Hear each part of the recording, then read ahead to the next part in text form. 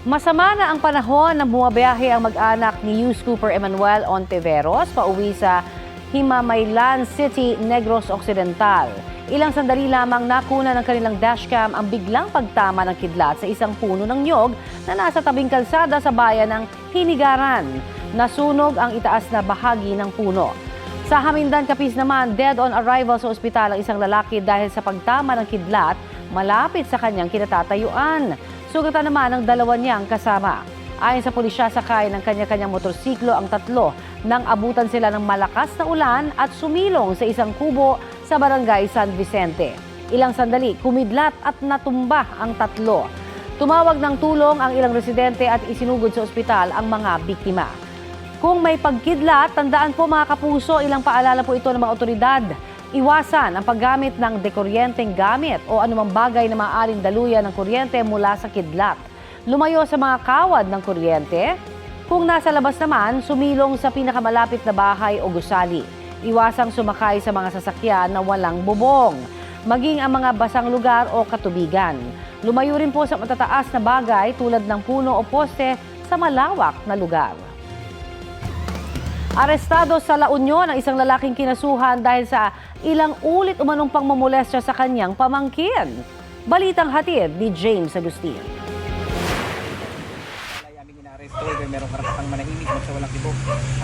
Nagwakas sa Bawang La Union ang ilang buwang pagtatago ng 26 anyos sa lalaki na inireklamo ng pangmomolestya umano sa kanyang pamangkin. Subject siya ng arrest warrant ng pulisya para sa 5 counts ng sexual assault in relation to Republic Act 7610 o Special Protection of Children Against Abuse, Exploitation, and Discrimination Act. Ito po ay nagsimula sa isang tawag sa amin ng isang confidential informant na ang suspect ay nagtatago sa Bawang La Union. Kaya ang mga operatiba ng Laloma Police Station ay nakapag-coordinate na sa Bawang Municipal Station para maisilbi ang warrant of arrest. Ayon sa pulisya, nangyari ang krimen noong nakaraang taon sa Barangay Maharlika, Quezon City. Ang biktima 15 anyos sa babaeng pamangkin ng akusado. Malabas sa aming investigasyon na ang suspect ay tumira sa bahay ng biktima at sa mga panahong nakitira siya doon ay 5 beses niya itong namolestya at sa pang-5 beses doon na nakapagsumbong sa magulang ang biktima at doon na rin nasampa yung kaso. Ibiniyahe sa Quezon City ang akusado at nakakulong ngayon sa Laloma Police Station. Itinanggi niya ang aligasyon. Hindi rin daw niya alam na may arrest warrant siya. Hindi po totoo yan, sir. Bakit ka kaya nakasuhan? Hindi ko po alam, sir. Inihanda na ng pulisya ang mga dokumento para sa return of warrant. James Agustin, nagbabalita para sa GMA News.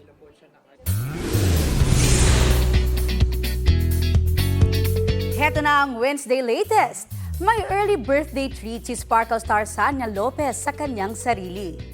Sa IG, nag-share si Sanya ng pics ng kanyang bagong sasakyan. Ifinlex niya rin ang photo sa loob nito na mukhang ready na mag-road trip. Chika ni Sanya, ang early gift ay resulta ng pagsisikap, pagtitiyaga at God's perfect timing. Nagpasalamat din si Sanya para sa kanyang blessings. Pinusuan naman niya ng kanyang friends and followers. Magsi-celebrate si Sanya ng kanyang 30th birthday sa August. Sa iba pang balita, pumalag ang ilang personalidad na tinukoy ng mga dating bodyguard ni Zaldico na umano'y hinatira nila ng male-maletang pera. Balitang hatid ni Ian Cruz. Naging press conference ang ginawang pagharap sa Mandaluyong ni dating Congressman Mike Defensor at ang nagpakilalang 18 dating bodyguard ni dating Congressman Zaldico. Wala kasing senador na dumalo kahit pa sinabi ni Defensor na dito magaganap ang pagdinig ng Senate Blue Ribbon Committee hearing ng Cayetano Block ukol sa flood control scandal. Bukod sa 18, may 4 pang bagong testigo mano ang abogado nilang si Attorney Levy Baligod. Isa sa kanila, ang dati rin daw sundalo na si Jeron Valderrama. Kasama raw siya sa nag-deliver ng male-maletang pera kina dating Speaker Martin Romualdez at Senador Erwin Tulfo noong kongresista pa siya. Binanggit din niyang nahatiran nila ng pera si Comelec Chairman George Erwin Garcia. Ang una pong lumapit sa amin ay yung driver niya. Then binuksan ni Martik yung doon sa right slide door, inabot sa driver ni George Garcia. Then pagkalagpas po ng mga ilang metro, magkasalubong po sila ni George Garcia. Then lumapit din po si Chairman George Garcia. Then binuksan po ulit ni Martik yung sliding door. Then inabot po yung receiving copy. Sinusubukan pa naming makuha ang panig ni Romualdez sa Tulfo pero nauna na nilang tinanggi ang mga paratang. Pinasinungalingan naman ni Garcia ang akusasyon. Anya, hindi na nagtutugma ang mga sinasabi na nag-aakusa dahil dati 4 na maleta daw ang ibinigay sa kanya. Ngayon ay bag na maliit na lang. Mahirap anya kung may nagdidikta lang kung ano ang sasabihin at ano naman anya ang kinalaman niya sa flood control. Nagpakita rin ng iba't ibang larawan ng mga ex-bodyguard ng mga umunoy delivery ng mga maleta. Meron ding larawan ng mga tagpo sa hangar na pag-aari ni Cosa Misibis Aviation and Development Corporation.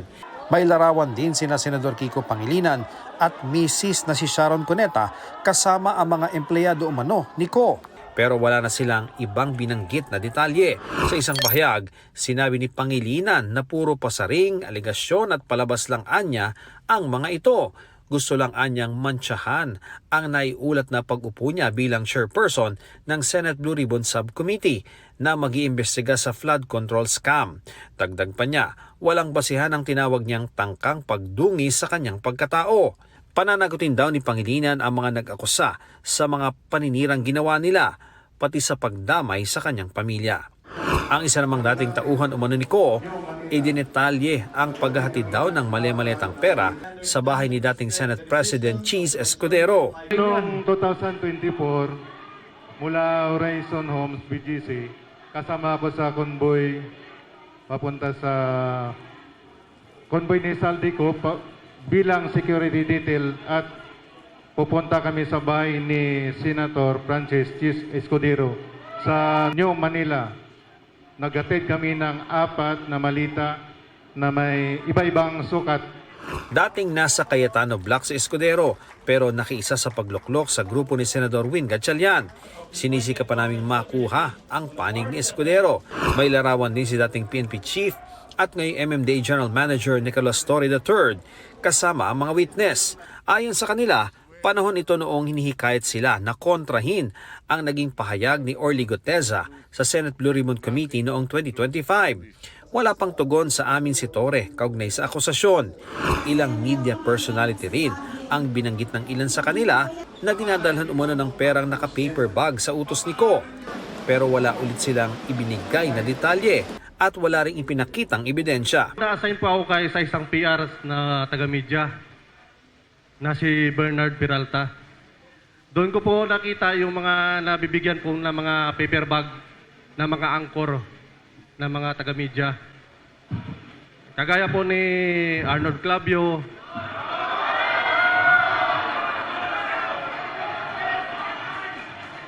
at doon lang po muna at sa affidavit ko na lang po yung ibang.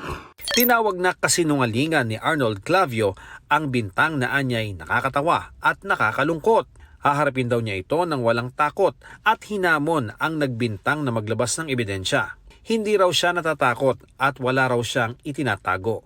Sa korte na lang daw sila magkita at doon daw nila ulitin ang kanilang mga anyay walang kakwenta-kwentang bintang. Ayon naman sa GMA Network, sineseryoso nito ang mga bagay na may kinalaman sa integridad ng mga mamamahayag nito. Susuriin ng network ang usapin. Nananatili rin ang paninindigan ng GMA Network sa responsableng pamamahayag. Nanawagan din ito sa publiko na huwag gumawa ng mga konklusyon base sa mga hindi beripikadong impormasyon. Idinawit din ng mga umunoy dating bodyguard ni Ko ang kolumnistang Simon Tulfo. Pero tinawanan lang ni Tulfo ang aligasyon. Paano raw magkakasya ang limpak-limpak na salapi sa isang supot? Ian Cruz nagbabalita para sa GMA News. Sa isang social media post, tinawag naman na sinungaling ni Cuneta ang mga nagpalabas ng larawan nila ng asawa niyang si Senador Pangilinan. Sabi ni Cuneta, ang larawang ipinakita sa press con ay kuha noong bumisita ang kanyang pamilya sa Marawi City. Taliwas sa sinabi sa press con ng mga tauhan umano ni Ko ang kasama ni Cuneta at Pangilinan. Nanindigan si Cuneta na hindi sila tumanggap ng maleta Malinis anya ang kanilang pamumuhay at pinaghirapan ng lahat ng mayroon sila.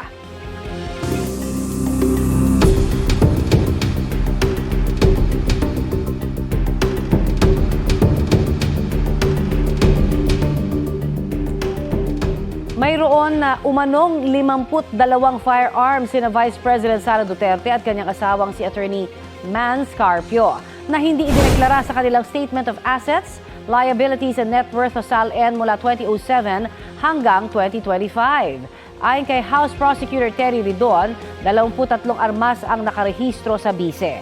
29 naman kay Carpio. Kasama raw ang umano'y undeclared firearms sa isinamiteng pre-trial brief ng House Prosecution Panel sa Senate Impeachment Court nitong Lunes. Kukunin daw na testigo ang mga nagbenta umano ng armas sa mag-asawa, gayon din ang PNP Firearms and Explosives Office.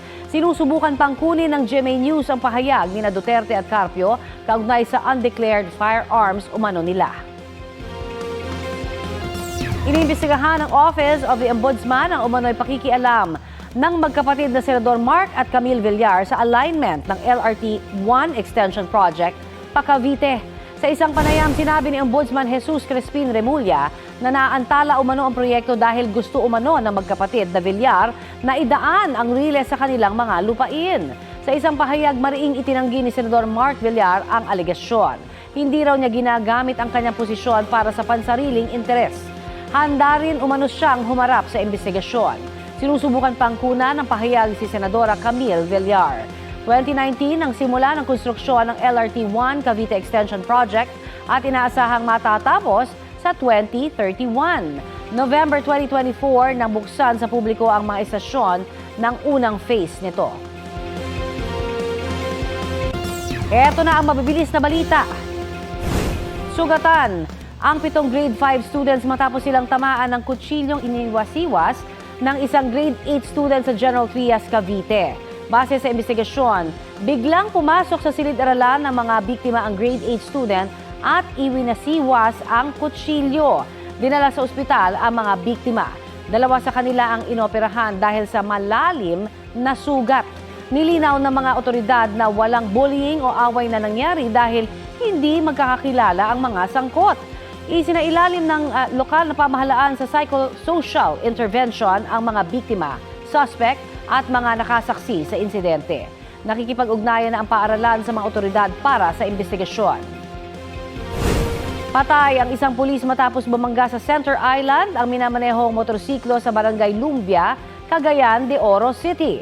Ayon sa pulisya, may iniwasan sa kalsada ang biktima dahilan para mawalan siya ng kontrol sa motorsiklo. Isinugod ang biktima sa ospital pero idineklarang dead on arrival. Sinusubukan pang kunan ng pahayag ang kanyang pamilya. Nagpaabot naman ng pakikiramay ang Police Regional Office Northern Mindanao kung saan nakadestino ang nasawing pulis. Sugatan ng isang rider matapos sumemplang sa Barangay Bued sa Calasiao, Pangasinan. Tumilapon ang rider habang napunta sa kabilang linya ng kalsada ang kanyang motorsiklo. Saktong may dumadaang truck at nakaladkad ang motor hanggang sa ito'y magliyab. Ayon sa Chief Tanod ng barangay, tila nakikipagkarera noon ang rider na nasagi ng isa pang rider na dahilan ng insidente. Wala pang pahayag ang mga sangkot sa aksidente. Ilang resolusyon at panukala ang tinatalakay sa pagbabalik sesyon ng Senado ngayong umaga. May ulat on the spot si Joseph Morong. Joseph? Trabaho ngayon ng Senado sa kanilang... Tuloy-tuloy nga ang trabaho ngayon ng Senado sa kanilang ginagawang special session at bago yan ay nagkaroon ng pagpapalit ng liderato at itong si Senador Joel Villanueva ang pang-13 senador na bumuo sa bagong mayorya ng Senado. Pero bago pa man magsimulang special session ay umugong na lumipat na nga si Villanueva. Kumpiyansa ang majority senators kanina na madadagdagan sila kaninang umaga pa lamang at nang dumating nga itong si Senate Majority Leader Mig Zubiri at Senator Kiko Pangilinan ay kinumpirma nila sa atin na ang dating 12 ay 13 na. Ang pang-13 senador ay si Senator Joel Villanueva na dating kabahagi ng Cayetano Bloc. Bagay na kinumpirma naman ni Senator Villanueva sa kanyang pagdating sa plenaryo sa Senado. Nang tanongin natin siya kung ano yung dahilan ng kanyang paglipat, paulit-ulit niya kanyang sinabi na trabaho at magtrabaho na lamang. Kabahagi si Villanueva ng mga pagboto sa mga lider ng Senado kabilang na ang kay Senate President Sherwin Gatchalian. Sa pagpapatuloy nga ng special session, Connie, nag-sponsor itong si Senator Villanueva ng resolusyon para ipanawagan ang pagbibigay ng pondo para sa rehabilitasyon at tulong para sa mga naapektuhan ng lindol sa Mindanao. Narito ang magkakasunod na pahayag ni na Senator Zubiri, Pangilinan at Villanueva. You will function legitimately because you have the quorum now, we have the numbers. Paano ba? We have 13 members already and we will buckle down to work. Yan ang panawagan ng taong bayan, trabaho na kami sa Senado. So apela din po namin sa lahat ng naming kasamahan ay magtrabaho na tayo. Huwag na tayo magbangayan, wala nang away. So what's your reaction? Sino number 13, sir? Senator Joel is with us. Let's work, let's work, let's work. Let's all work.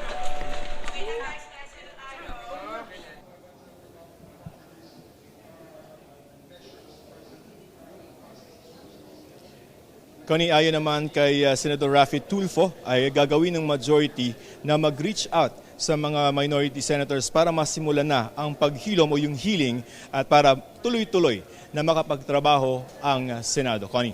Maraming salamat, Joseph Morong. Sa ibang balita, balik normal na ang operasyon sa buong MRT-3. Kasunod po yan ang aberya sa pagitan ng Buendia at Guadalupe stations kaninang bago mag-alas 6 ng umaga. Ayon sa isang pasahero, bigla na lang daw huminto ang sinasakyang tren. 40 minuto raw silang hindi umuusad bago pinababa at pinaglakad sa Riles papunta sa Guadalupe Station platform. Dahil sa aberya, lumipat sa EDSA bus carousel ang maraming pasahero ng MRT-3. Naipon din po yung mga pasahero sa labas ng ilang istasyon. Nagbalik operasyon ang MRT-3 bago mag-aalas 7 ng umaga. At wala pa pong paliwanag ang pamunuan ng MRT-3 sa sanhi ng aberya sa pagitan ng Buendia at Guadalupe stations.